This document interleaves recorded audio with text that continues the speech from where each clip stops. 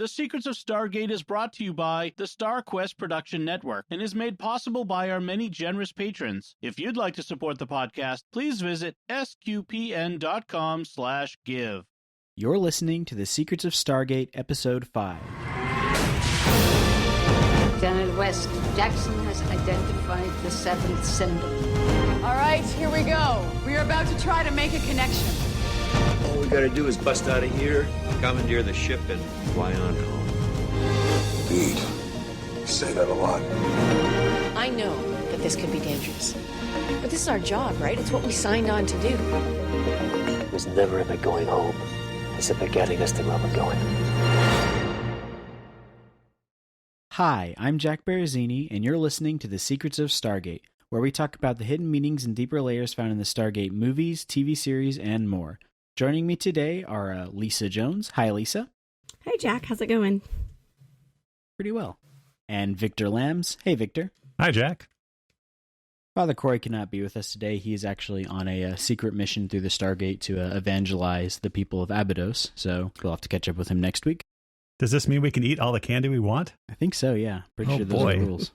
Today we are discussing the 5th episode of the first season of Stargate SG-1, The Broca Divide. In this episode, the SG-1 team, using coordinates from the refugees from Chulak, visit the planet P3X797. They discover that the planet is tidally locked and it permanently dark on one side and light on the other. On the dark side of the planet, there are animal-like primitive humans. They discover on the light side, the planet is inhabited by humans that are descended from the Minoans, and that they refer to the primitive humans as the Touched. After returning to the SGC, the members of the expedition begin to devolve into the Touched, and it is up to Daniel, Jackson, and Teal'c to discover the source of the contagion before it escapes the SGC. I've got to say, this episode was mostly a missed opportunity, I feel like. It was several missed opportunities. They tried to do a lot with this episode, and, it's a new squad. They came on the field, they gave it their all, but, at the end of the day, it just wasn't enough.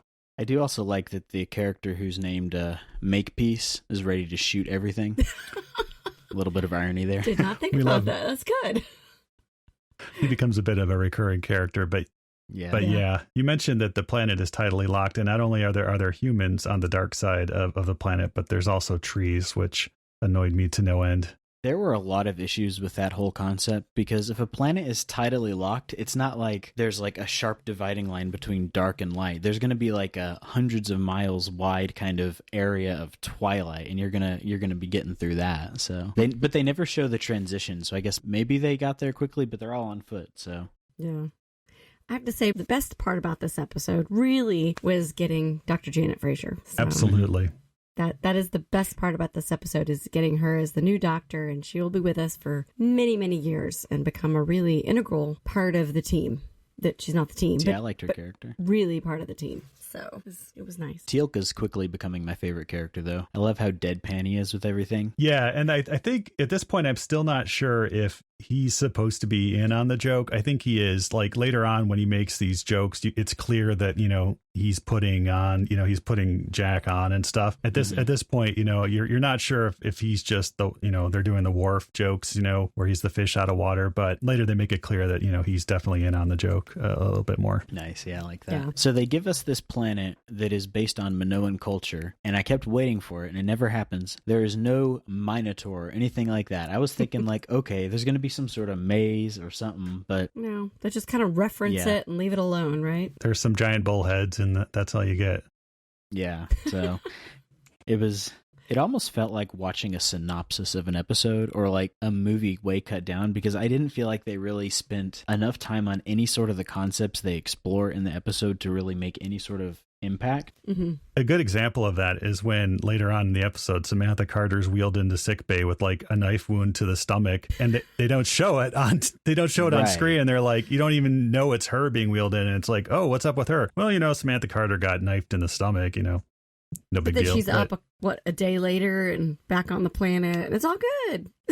Yeah, it's almost like they did that just to set up that horrible cringe-worthy joke at the end. Yeah. So basically, this culture, they have they call themselves the land of the light, and on the dark side there are the touched, and it's some sort of I think they end up saying that it's a parasitic virus, which I don't know how that's different from a regular virus. They talk about it being a parasite, but then a life form, but also a virus. So it's a nebulous contagion that causes you to devolve into like a Cro Magnon type. And that is also something that they're really fuzzy on, because they say that it shuts down the primitive parts of your brain, but then it also makes you like develop a huge forehead ridge and get really hairy. Yeah, it's pretty far-fetched that they would have like this kind of like global pandemic that's easily treatable by, you know, readily available drugs and stuff. But yeah, I mean, because they treat it at the end, spoiler alert, with antihistamines, maybe it's just like, you know, when you get stung by a bee and your face smells out, maybe it's kind of like that.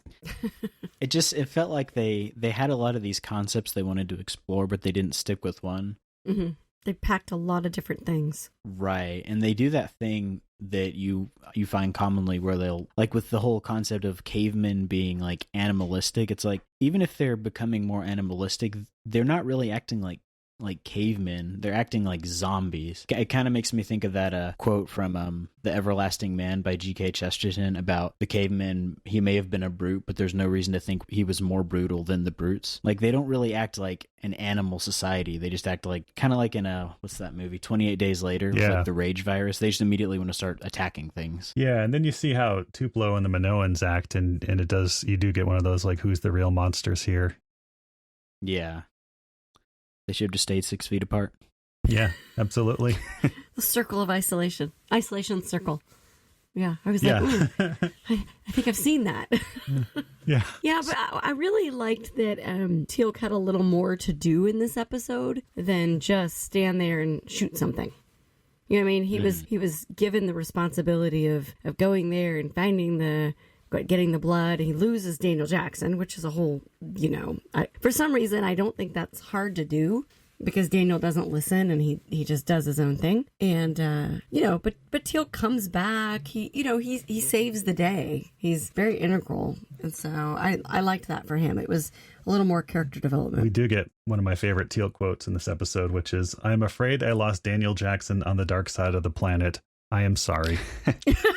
And no one rushes back to find him because they got bigger issues. Bigger issues. Right. Yeah. So I feel like this episode was more, I don't know. I don't know what they were trying to do. My thought was trying to make it a fun. You know, they had a lot of kind of showing the team banter. You know, we got SG3, the Marines. You got the new doctor. You've got the relationships again. You know, I don't know, too much with little focus. Right. It just felt like a hodgepodge. And the character motivations seemed very odd in this episode. Like, so the whole reason they're going to this planet is because they have deduced from talking to the refugees from Chulak that this might be where Apophis is, and that might be where they can find Shari and Skara. And they go there. It's obviously not what that is. And Jack O'Neill immediately wants to say, he's just like, okay, let's, check the next planet. And Daniel Jackson stands up and says that he wants to continue researching this planet because of the culture and the cultural findings they can have there. But it's his wife who has been infected by a gold. You'd think he'd be the one to be like, no, we need to just keep checking until we find her. You can send another team behind us who can kind of do the second contact. Right. Yeah. Well, I feel like the mention of Shari and Skara was just kind of throw it out there as the reason we're here. But this episode really set up as, they said the president has okayed them to, when they go to planets, even if it's not a Gould planet, right, you look for the scientific and the cultural things. So maybe that was the real purpose of the episode, was kind of launching that. Well, Bill Clinton was a big fan of the Minoans, so, I mean. Yeah, well, obviously. Yeah, there's a lot of lantern hanging in this episode. I think we get one of the first instances of Jack actually lantern hanging the fact that they send the MALP MALP probe through the gate. Some things you just hear it and it's just like, no, that's wrong. But they send it through the gate and it can't see because it's dark. And and immediately you think there's no infrared cameras or anything on it. I have a $20 Wise camera that could see far enough into this planet to see the cavemen. But you do get Jack saying, when they put on the night vision goggles, saying, gosh, it'd be nice if the MALP, had these. So at least they are starting to get into their lantern hanging there with that. Yeah, no, I did appreciate that. Now, did anyone jumping back to they were allegedly there because of the symbols, right? And they're looking for Apophis. I don't know. Maybe you asked the first prime of Apophis where Apophis might be. That's I don't a know. really I mean, good I'm point. thinking the person who might know the most gate addresses would be the person who'd been in the service of Apophis for, I don't know, 100 years. Just me. That was kind of random. Maybe he just has a really bad sense of direction. Maybe so. Yeah. That might be his excuse. He doesn't understand gold magic or the Stargate. And I didn't catch this, but this is like one of the goofs listed on whatever site. It's they talk about how the refugees saw, partial gate address as it was being dialed, but the people online are very quick to point out that only Jack was anywhere near the DHD at the time, and he didn't recall seeing anything. So there's your little continuity error for the day, as if this episode needed any. I guess you could headcanon that to say these refugees were on Chulak and the gate's there, so maybe in the past they'd gone up to the gate and seen it. That's I don't know. Who knows? I think it was more just a hey, that's an easy explanation. Yeah. There's a lot that's confusing in this. They talk about the Heelksha, which are the evil gods, but they talk about them as being distinct from the good gods, and then they lead you to think that the Goulds, so they're pluralizing with the S at this point, and they haven't, settled on the Gould. But they lead you to think that the Goulds are the good gods at some point, which is confusing. So you're wondering who these, who's more evil than the Goulds. Another thing that bugged me about this episode, and I think this is just down to poor writing, was the fact that as soon as can't remember the guy's name, the first guy who started acting aggressive. Yes, Johnson at the beginning. Daniel Johnson. Anyone else think that was a little strange choice for? Daniel Johnson and sitting across from Daniel Jackson. Sorry. Yeah, it's very sensitive to have like the first guy turn into a caveman be a person of color, but yeah. I found that bit bothersome too, just the way that was kind of handled. Yeah, the explanation, maybe he's drunk. Like, who's drinking in Cheyenne Mountain? Come on, guys. But as soon as that happens, they don't say, okay, obviously this is whatever happened to the people on that planet. Right. Let's lock down everything and put everyone from the team in quarantine. They just let everyone go about their day. And it happens like 3 or 4 times. Like when O'Neill gets jumped by Dr. Carter, they don't say, okay, you've been in contact with her. You're getting quarantined too. He walks out there and then he starts punching Jackson. So like horrible containment procedure. Yeah. And later on, like as soon as you come through the gate and like you have like a runny nose, they'll throw you in isolation for like 6 months is the protocol later on in the series. We did get a good line reading from Jack when Carter jumps him and is like the whole "I want you" thing. He does have a good line reading on like, why? I mean, no. That was a good line. Yeah. I did like how they at least played that where they didn't do the thing where he's like into it. Yeah. He was just like weirded out by it. So I appreciated that they kept it like that. Also, some good banter between Frasier and Dr. Jackson when Dr. Frasier refers to Teal'c as Mr. Teal'c, and you see Jackson do his first of his like eyebrow raises and says, Teal'c, correcting her. But she calls him Mr. Teal'c again later. Yeah, which I thought was I didn't awesome. catch that. Yeah, she does it again. Made me think of Mr. Spock or something like that. Yeah, and you notice we don't get any background on how long she's allegedly been there, what happened to the other doctor. We don't get any of that. But I thought her automatic relationship with Jack O'Neill was interesting. That she, you see her, going in and he clearly is not in his right mind. And she's in there talking to him about her findings, what she's stumbling on, what does he think, all of this. And then talking to him that he's her superior and stuff. So I thought it was really interesting that they had her come in, not necessarily as a new person, but like she's already been there, that we just hadn't seen her yet. I wonder if she... And I looked this up, but I couldn't find anything about it. But I wonder if maybe there was some scenes she had that were cut from previous episodes that introduced her. It didn't seem like that, but yeah, she is just kind of there, and it's almost like you're expected to know who she is. If you think back to the Kowalski's episode, and I can't remember the name of it, where he killed the second doctor. So, I mean, I guess you could theorize, well, she's brought in, so Dr. Warner's still there somewhere, and I can't remember if we ever see him again. So maybe now, she's filling in that space. Because think about it, if they're there 24/7 and there's people coming and going all the time, you would have more than one doctor. But she becomes the mainstay, the doctor of the show. I kind of like that they didn't go through. The team is all still getting to know each other. We're still getting to know them. They bring her in and they just act like everybody knows her. She's good. I kind of liked that choice. Another minor recurring character who has like his big moment in this episode is Walter, the gate technician. He gets to pull Jack off of Dr. Jackson, and I think that's his big action moment for the entire series. I don't know that he actually does that much ever again. Yeah, one of my kids was watching it with me and they go, "Go, Walter." Yeah, action Walter. Yeah. Okay, and the guys that fell out of the window, did they survive? They looked pretty dead to me. Yeah, they kind of, yeah. We didn't get any clarification there. I watching it this time, I thought maybe they did survive, and I thought there's no way. I mean, seeing what happens to Makepeace and later on, and like how his character developments, I think he's justified in what he does based on this episode and how carelessly they treat his team. Another first in this episode is, we get our kind of lockdown. Nobody can leave the base, and Hammond ordering that anybody who leaves the base is shot on sight and their bodies burned. And that's another recurring trope that we'll see with the show.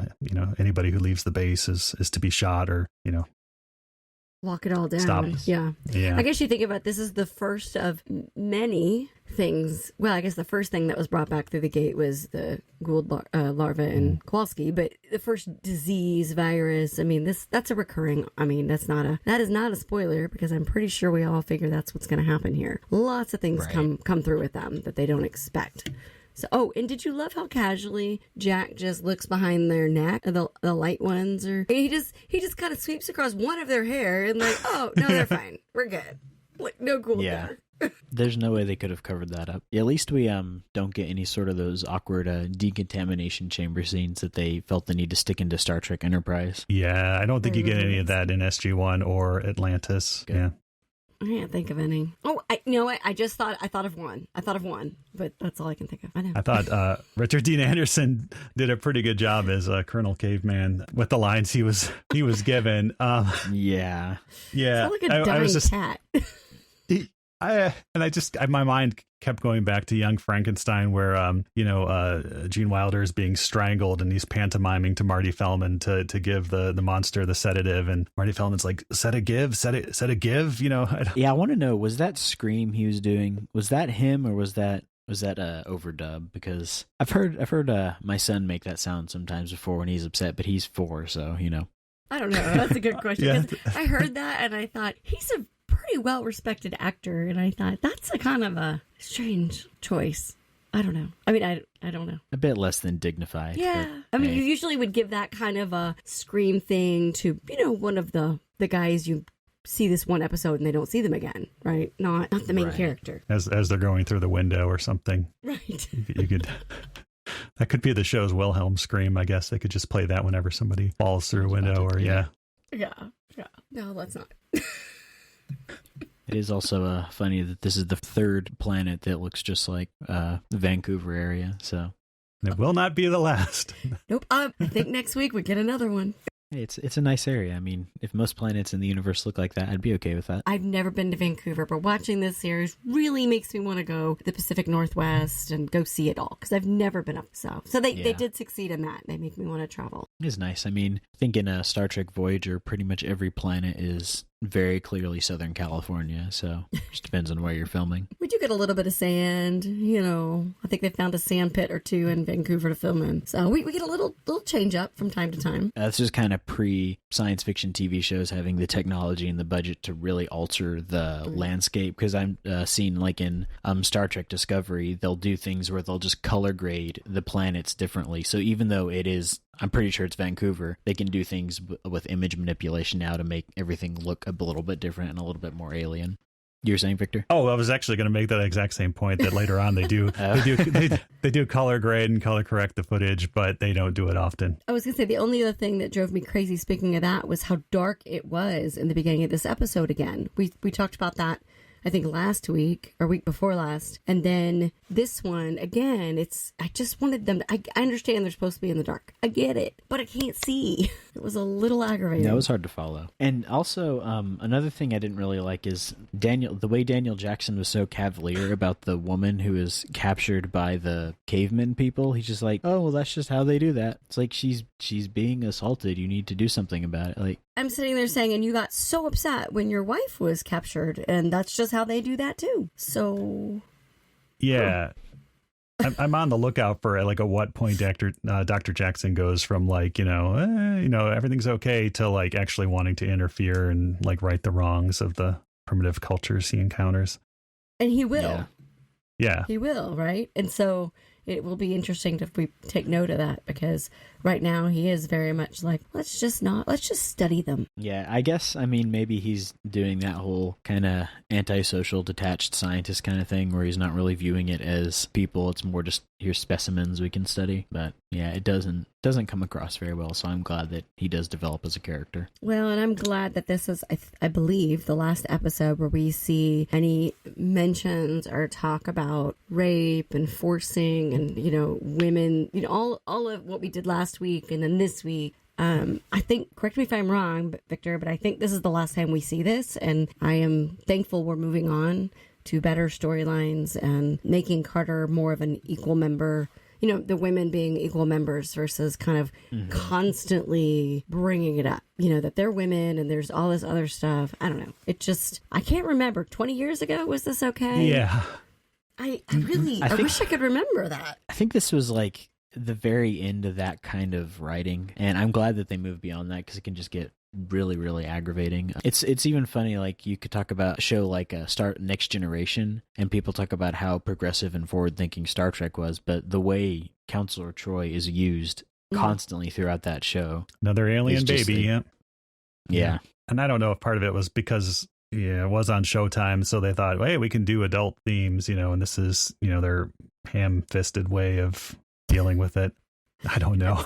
That really could be, though, since they don't use any language. They don't, except for the very first, the pilot, you don't see the blood and gore. It's so maybe that was one of those things they were fighting over with Showtime or the producers or whomever, because they did mention that in one of the interviews, that they got a real hard push to make it an adult themed show because of the channel. So thankfully they move away from it. That is good. And there's absolutely no reason to do that. And I feel like with a lot of TV shows nowadays, like the new Star Trek show, I think I've probably mentioned this before, but I'm not going to let my kid watch that because it's just too dark. It's too violent. There's way too much stuff in it. Whereas I'd be fine with him watching this show, probably not this episode, this show, or older science fiction shows from the 90s where I think people have forgotten how to tell a good, interesting story that can be enjoyed by both kids and adults without putting unnecessary stuff in it. Yeah, it really gets to something that, movie critic Steve Graydonis has mentioned in the past. It's like you look at your 9, 10, 11-year-olds and what entertainment really exists for them now. I mean, growing up, we had Indiana Jones, which, could be bloody and stuff, but, we had Star Wars, we had all these shows. But, aside from the Marvel movies, really, there's not a lot that exists for, kids, aged 8 through 13 that, is speculative, is set in that speculative fiction genre that isn't, overly violent and, I would add objectionable. Back to the Future to that list. Yeah, but I mean, even that, like, you have to watch carefully with your kids too. Even Ghostbusters, it's like, oh, you're right. Whoa. Okay, I take that back. My kids made me think about it. My parents let me, but I was about to say, I remember watching both of those as a kid, and then you rewatch them as an adult, and you're like, I cannot believe my parents let me just watch this. Of course, it goes over your head. But, we've done that a lot with the 80s movies we've watched with our kids, and we watch it again, and we're like, oh, okay, wait a second. Hang on. Yeah, okay, I'm going to go out on a limb and say that the joke at the very end of the episode between O'Neill and Carter, I actually thought it was funny. The tank top number joke? I did, because I think, to me, that it shows the kind of the team development, right? That he could joke with her about it, and he wasn't meaning anything awful or, you know what I mean? He didn't say anything untoward to her. It was one of those like, no, we're good. And then he throws it out there. Because I think that is very much, as we see them later, the way that they joke and tease each other. And so I actually liked it because I liked the look on her face, like, oh, no, you know, that... I don't know. I don't know. I might be unpopular for that one, but not at all. No, I get what you're saying. Yeah, I can appreciate that. And I really like how Richard Dean Anderson plays Jack O'Neill. Mm-hmm. Like, he doesn't come across as... He's not like... And I know I keep referencing Star Trek, but it's kind of my go-to reference for 90s science fiction. But he's not like Commander Riker, where Commander Riker is a professional, upstanding officer, but he is a little less than professional with the ladies. Yeah. And you don't get that kind of vibe from Jack O'Neill at all. At least I haven't so far. Yeah, he keeps it very above board when it comes to Carter. They find ways to, you know, do the fan service and, you know, have their moments and stuff, you know, but it's always through shipping. some weird, yeah, exactly. Alternate universe stuff. Yeah. But no, his character, and he, you know, he does a good job of playing this military officer, but having that sense of humor, but being extremely loyal to the team, but making it fun and quirky at the same time. So I like, and he has an individual relationship with each member of the team. And you'll notice in the beginning, especially, that the team members don't really have a relationship to each other. Carter and Daniel, and Carter and Teal'c, and Daniel and Teal'c. You know, it's more about all of them point back to Jack, right? Their personal relationship to him. And they do a good job as we go forward in the seasons, really helping the characters develop to each other without him. But here in the beginning, it's really all about Jack. I mean, yeah, I'm okay with it being all about Jack. Yeah, I am too. And phlebotomist Teal'c. I like phlebotomist Teal'c. Okay, I've never drawn blood, but is it that easy? I think if you're Teal'c, you can pretty much get blood anytime you want. Okay. Like, yeah, probably. It's just like a juice box to him. I'm just going to show you go. It's like a Capri Sun. But was anyone else happy when he just knocked the guy out and did it? I mean, yes, right? Yeah. I've no for an answer. I've taken my kids in to get blood sometimes, and I can sometimes tell when the nurse or, you know, physician's assistant just wants to do that. But yeah, right. Yeah.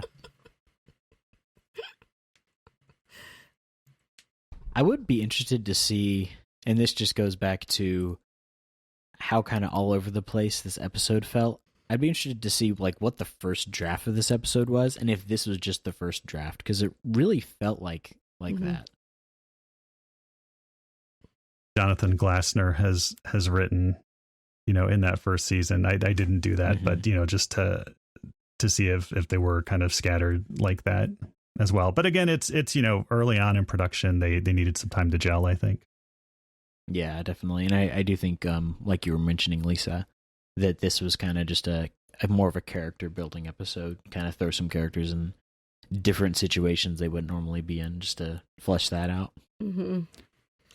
Yeah, and it's another very Star Trek type plot too. You know, last time we got kind of like a Star Trek type plot, and this one could have been called like, you know, the naked, oh no you didn't, you know.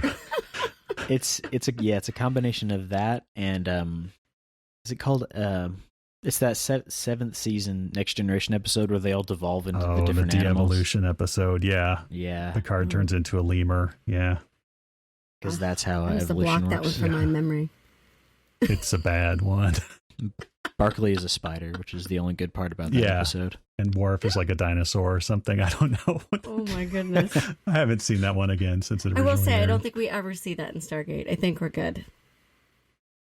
You don't have the 7th season slump. That's good. No, I'm sure there was a 7th season. No, because we kept changing characters. We had a few cast changes. So we were good. But no, they never get changed into animals. No animorphs going on. Nope. no changing into furlings or anything. Sorry if you, Jack, you were looking forward to seeing that. I'm sorry, spoiled. I mean, I don't know if I want to continue with the show now.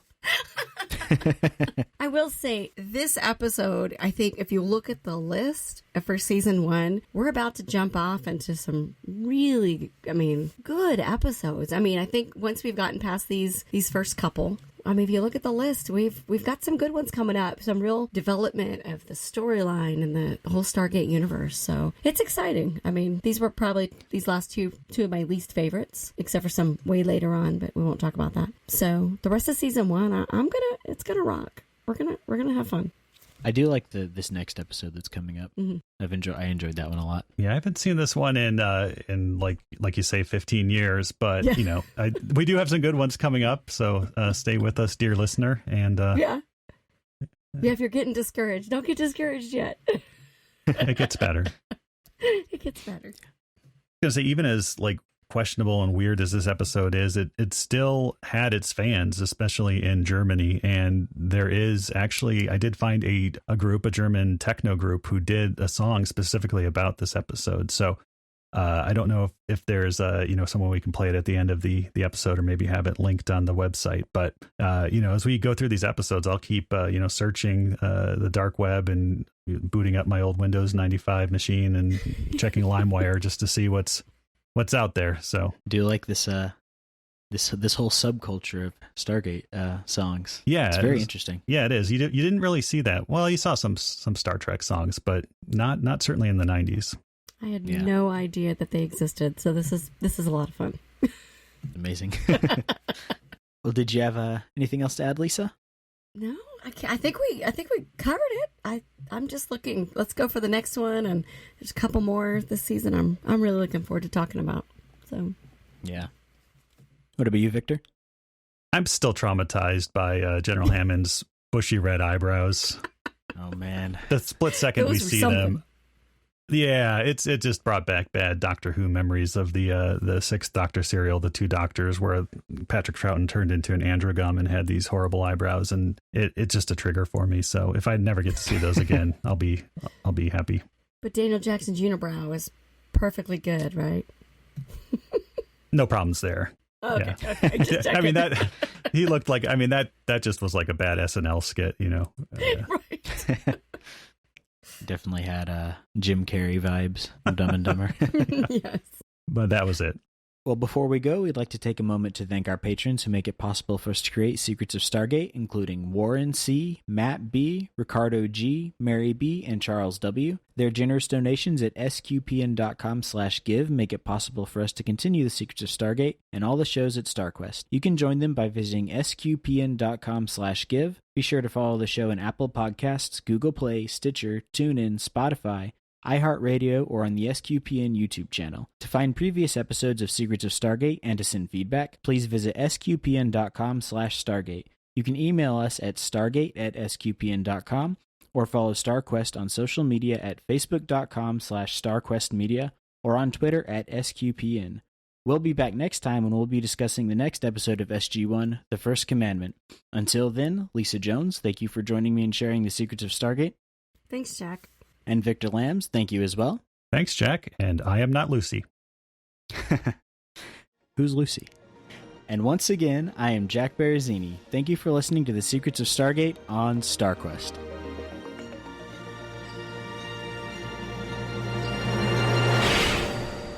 Anyway, I'm sorry, but that just happens to be how I feel about it. What do you think?